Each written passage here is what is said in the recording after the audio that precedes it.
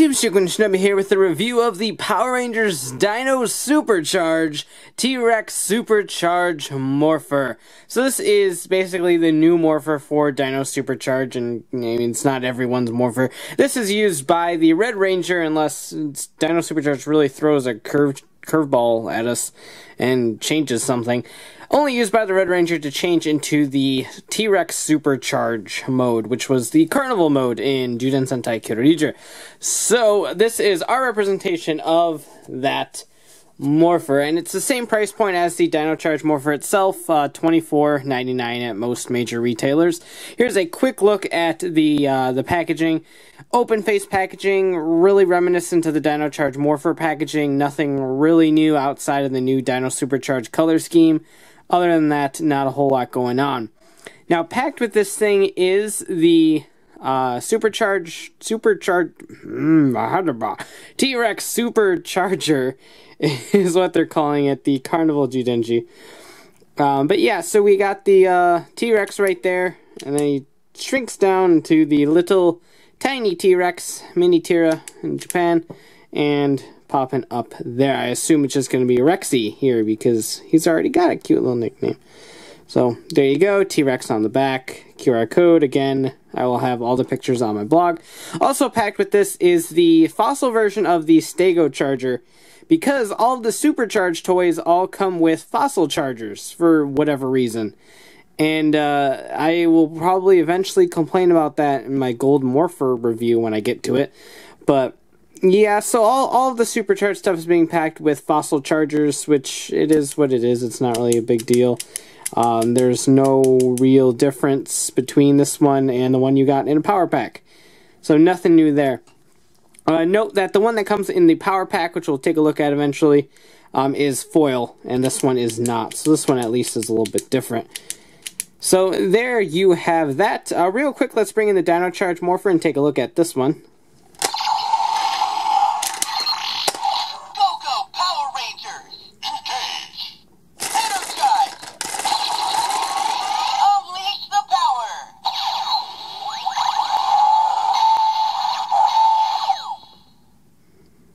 That's it. That's all done.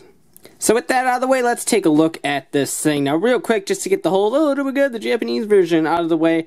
Japanese version was obviously a lot bigger. The mouth was bigger, and I will get to that momentarily about how difficult it is to get chargers in and out of this thing.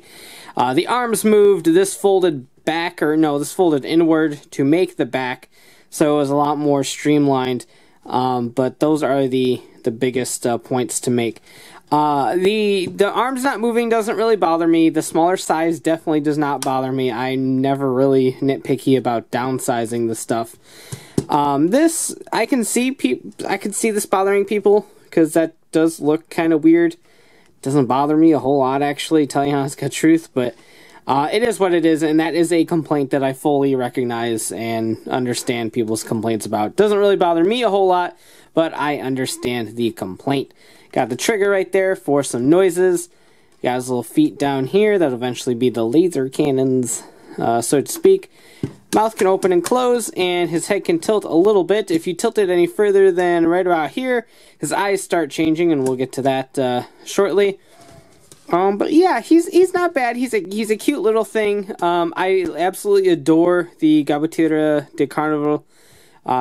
The Japanese version of the toy. I've adored that toy since it came out. I still love it to this day. And I don't mind this one. It's not nearly as functional and not nearly as impressive. But as a standalone $24.99 toy that you can pick up at your local Toys R Us, I do not mind this thing at all. It's small. It's cute. I love it. It's a nice little desk piece. It takes up a little bit less space and stuff like that, especially on a display as well. So I really like it. My biggest complaint really isn't the whole mold changes. It's not really the lack of paint.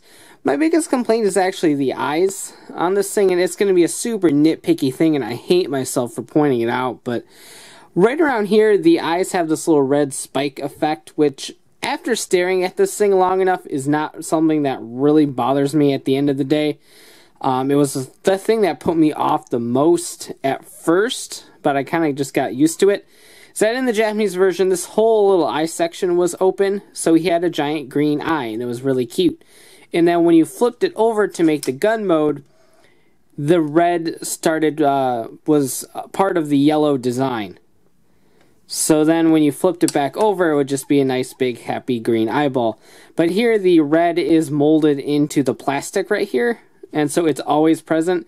So it made him look a little less cute, a little bit more like menacing looking or something like that. And it doesn't, like I said, it doesn't particularly bother me anymore, but that was the first thing I noticed and the first thing I didn't particularly like. But other than that, if you can get by that, if you like your menacing little T-Rex a little bit more than the cutesy little T-Rex, then this might be for you.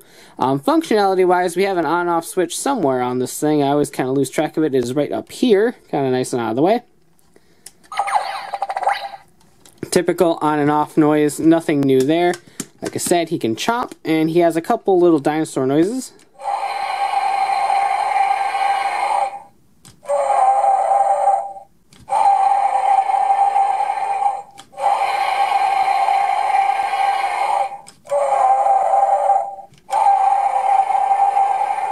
I think that's all of them. I don't know.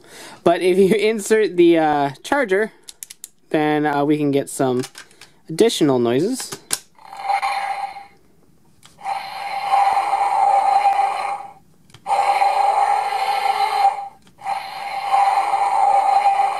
So there you go. And the mouth is still capable of opening and closing with the charger in there. To get the charger out, you have to press this button on his nose right here and just pull it right out.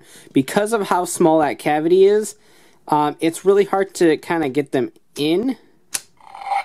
And then it's super hard to get your fingers in there and get them out. Thankfully, I've got smaller fingers on the finger index scale. So it's not that difficult for me. But if you got chunkier hands, then it might be a little bit hard to get those chargers in and out of the mouth. But that's it for this mode. So just kind of flip it around, you get a transformation noise, get that open, and you have some laser noises.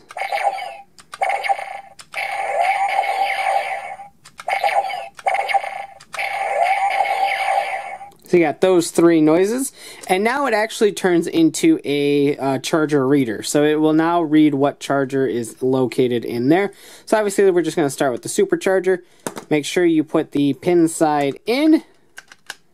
And here's where it gets tricky. It's super tricky to get them in this mode, just because of the way that this little black piece is in there, and it just you need to line it up really well in order to get it in there. Super Charger, engage. So it says T-Rex Super Charger, engage.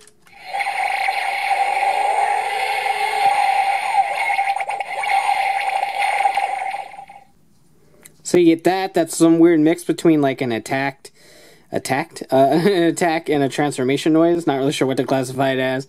But there's that. One more time. It's morphin' time. You get a phrase.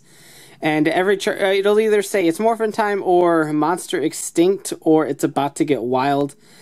So it'll be one of three phrases, I believe. Three. My other finger was off camera. But yeah, so if you want to cycle through that again.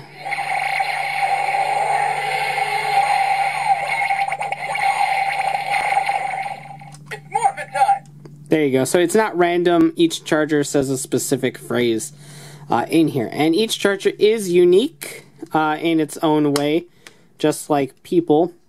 Like I said, getting the charger out is a little bit difficult because you have to kind of... You have to press down on his nose and then you have to pull it out, which you kind of have to do weird things to him a little bit. Here is the Stego, or that's the Dino Charger. That's not the Stego Charger. They're the same color, so pardon me. I seem to have lost the Stego Charger in the middle of this video. But if you take the Stego Charger and put that in... Dino Charger, engage. Monster extinct. Okay, there's monsters extinct. One of them will say it's about to get wild. So they'll all have a sound that is reminiscent of that dinosaur. So that clang clang, I guess, is supposed to be like a sword hitting a shield or something like that. So that is cool. Now, just because I don't want to pad out this review too longer than I already have, complaining about how his eyeball is weird. What I'm going to do is just do a separate video for all the sounds, just like I did for the Ultimate Charger collection. So stay tuned. After this video, there will be a annotation up on top and a link in the little end card and in the description and all that fun stuff to the sound demo. For that, I will be using every charger I have in this thing that will play a unique sound. So that's why I have the Spino Charger sitting out. So 00 all the way through 24 plus the Super Charger, plus some of the Mighty Morphin ones, plus the Super Drive, plus Victory, plus Maximum, all that stuff. So we will play all of those in this guy, and hope you stick around for that in the next video. So I almost forgot, which is really silly of me, that this thing can combine with the Dino Charge Morpher. So you just take it in gun mode and take your Dino Charge Morpher with the face open as if you're putting a charger in, line them up, and it just goes chompy chomp on the butt, and it makes a connection noise. Now, if you pull the trigger on the Dino Charge Morpher, it'll play that noise, which is the same whirly-doo noise that it makes when it's attached to the Dino Saber. It just knows it's attached to a toy. It doesn't know which toy it's attached to. The T-Rex Super Charge Morpher don't even know what's going on. It doesn't do anything additional, but it is a form. This was such a heavy weapon in the Japanese toy line. Obviously, it's a lot more downscaled here, but it's still pretty neat that it can attach. And I know kids will get a kick out of being able to combine the two guns into one, because it does admittedly look really cool, at least in my opinion. But hey, that's my review. Overall end thoughts, real quick. I like this for what it is. Again, it's a $24.99 toy compared to like a $55 toy. I don't remember the actual price of Gabutira Carnival when it came out. But it's a lot cheaper. Obviously, it's downsized. It's missing some functionality here and there. But as a $24.99 Power Rangers toy, I think it's actually pretty good. For what it is, I do not mind it at all. Obviously, if you can get the Japanese version and you don't mind the Japanese sounds, go for the Japanese version. It's going to be better. But it kind of trumps the Dino Charge Morpher for me, just because I like the transformation between a dinosaur and a gun a lot more than just having the gun. And that was the same way for me with the Japanese versions too. It's just a toy that I really like the design of, and I really dig it. And if you've been collecting the Chargers up through this point, this reads almost all of them perfectly. So it is something to consider to expand your playing. Plus, it can combine with the Dino Charge Morpher too. So that is always a little bit of a fun time. So that about does it for this review. If you like it, go ahead and blast that like button, comment below, and subscribe for more. So, as always, thanks for watching, take care, and have a great one. Bye.